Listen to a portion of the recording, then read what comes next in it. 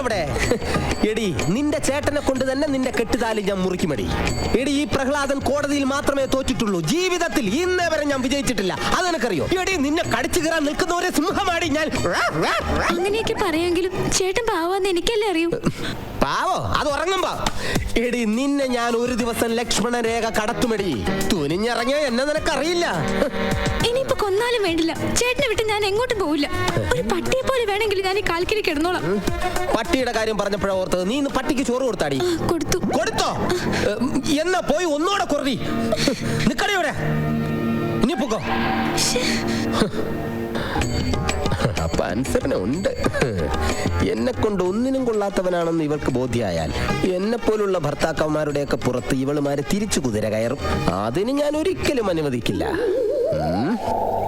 സാറേ, കാഞ്ഞിരം പാറയിലുള്ള ഒരു സുഗുണന്റെ പെണ്ണുമ്പിള്ളക്ക് ഡൈവേഴ്സിന് താല്പര്യമുണ്ട്. കേസ് പിടിക്കട്ടെ. ഇതവളാ ആരാധിക. ആ സ്പീക്കർ ഫോൺ ഓൺ ചെയ്ത് ഞാൻ കൂടി ഒന്ന് കേൾക്കട്ടെ.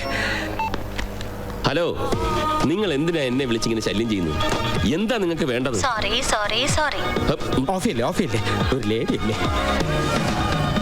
വിളിച്ച് ശല്യപ്പെടുത്തിയിട്ട് സോറി പറഞ്ഞാൽ മതിയോ? വിളിക്കുന്നത് ഇഷ്ടമില്ലെങ്കിൽ പറഞ്ഞാൽ മതി. മേലെ ഞാൻ വിളിക്കില്ല. അല്ലാതെ എന്നോടിങ്ങനെ ദേഷ്യത്തെ സംസാരിക്കരുത് പ്ലീസ്.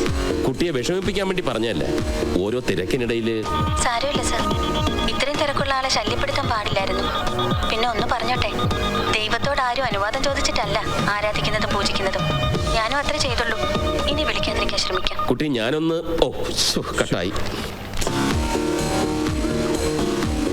സ്വിച്ച് ഓഫ് ചെയ്തു. ദേഷ്യപ്പെടണ്ടായിരുന്നു, പാവം. സാറേ, ഇതാ പൂജാരിയുടെ മോളാ. ഏത് പൂജാരി? അല്ല, പൂജയുടെ ആരാധനയുടെയും കാര്യമൊക്കെ പറഞ്ഞില്ലേ, അപ്പൊ ഏതെങ്കിലും പൂജാരിയുടെ മോളായിരിക്കണമല്ലോ.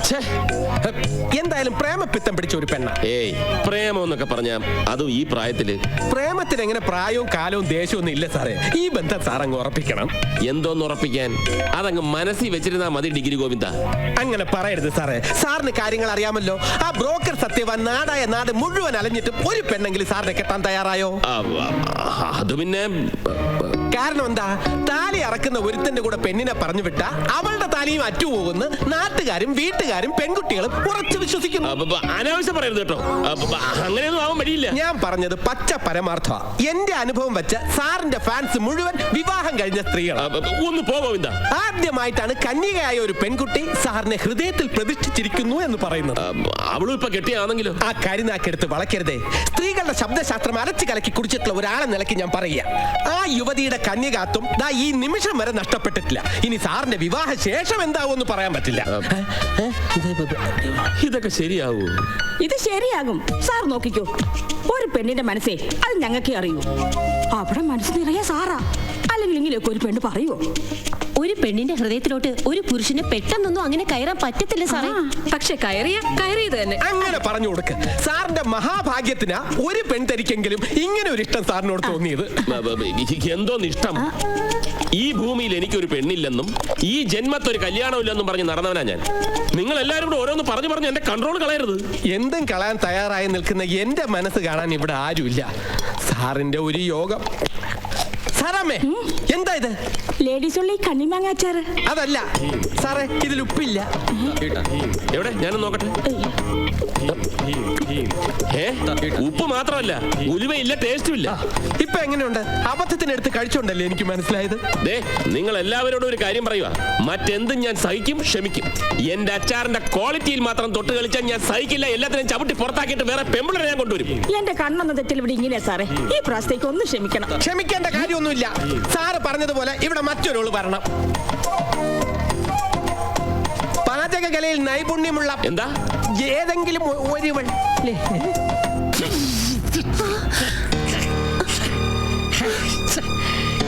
എന്താണ് ഇത്? ചായ.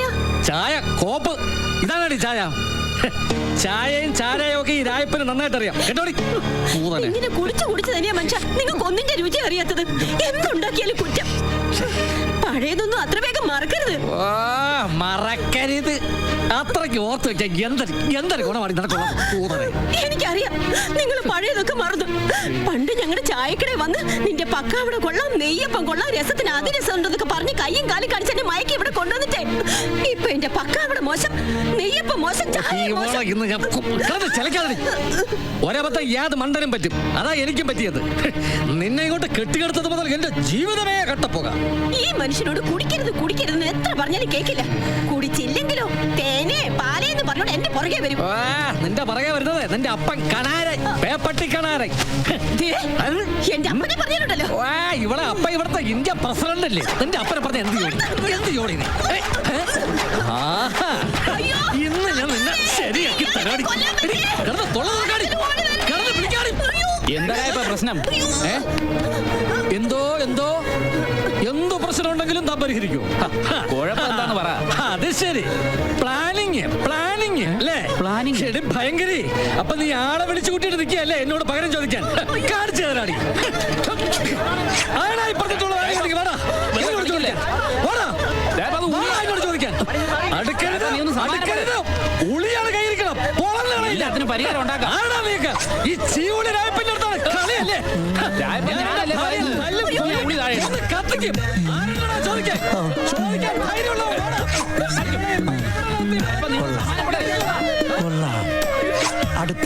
உங்களுக்கு பிசினஸ்ல கொஞ்சம் காசு போச்சு. பரவாயில்ல, காசு கூம்பாரமா வரும். சார் சார் சார் வாங்க சார், உங்களுக்கு நல்ல காலம் வர போகுது. എന്നാണ്? ஆமா சார். എന്താണ്? வாங்க. ആമ അങ്ങ് കുളത്തില്. എനിക്കിപ്പോ വളരെ നല്ല സമയാ. നേരെ ചെവേ ഒരു പൈന്റ് വാങ്ങിച്ചടിക്കാൻ കയ്യിൽ കാശില്ല. பாயிண்ட் எதுக்கு சார்? உள்ளே அடிக்கலாம். ഫുള്ളാ?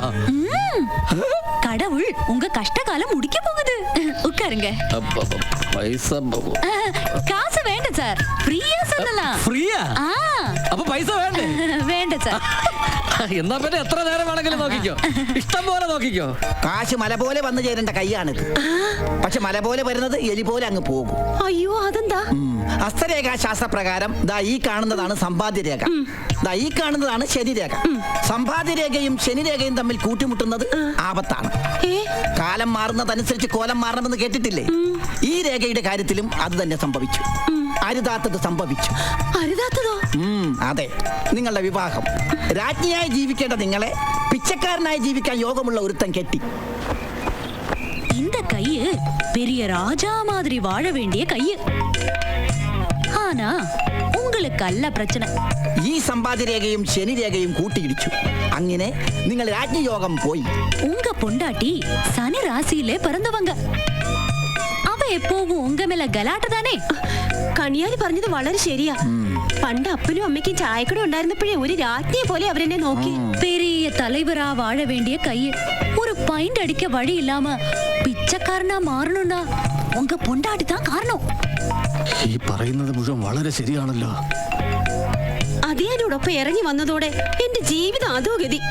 பரவாயில்ல, உடனடியா உங்களுக்கு 1 கோடி ரூபாய் ലോട്ടറി അടിക്ക പോகுது. 1 കോടി രൂപയോ? എനിക്കാ?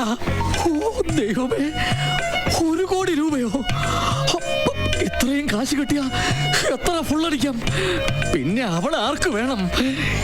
എടി വഞ്ചകി, നീ ഒറ്റ ഒരുത്തി കാരണാ ഞാനിങ്ങനെ ഭാഗ്യം കെട്ടവനായി പോയത്.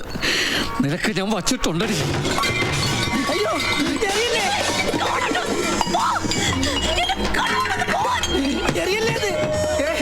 നിന്റെ ഭർത്താവാണ് ഞാൻ പറയുന്നൊന്ന് കേൾക്ക്. നീ എന്ത് കണ്ടെന്നാണ് ഈ പറയണത്? നിങ്ങളുടെ നെഞ്ചത്തോട് നോക്കുമ്പോ എനിക്ക് ദേഷ്യം സഹിക്കാൻ പറ്റുന്നില്ല. എടി, അതിനകത്ത് നീയാണെടി. നീ അകത്തിരിക്കുന്ന അവിടെ ഇരിക്കട്ടെ. അത് ഈ പുറത്തിരിക്കുന്ന ആരാന്ന് പറ. പുറത്തോ?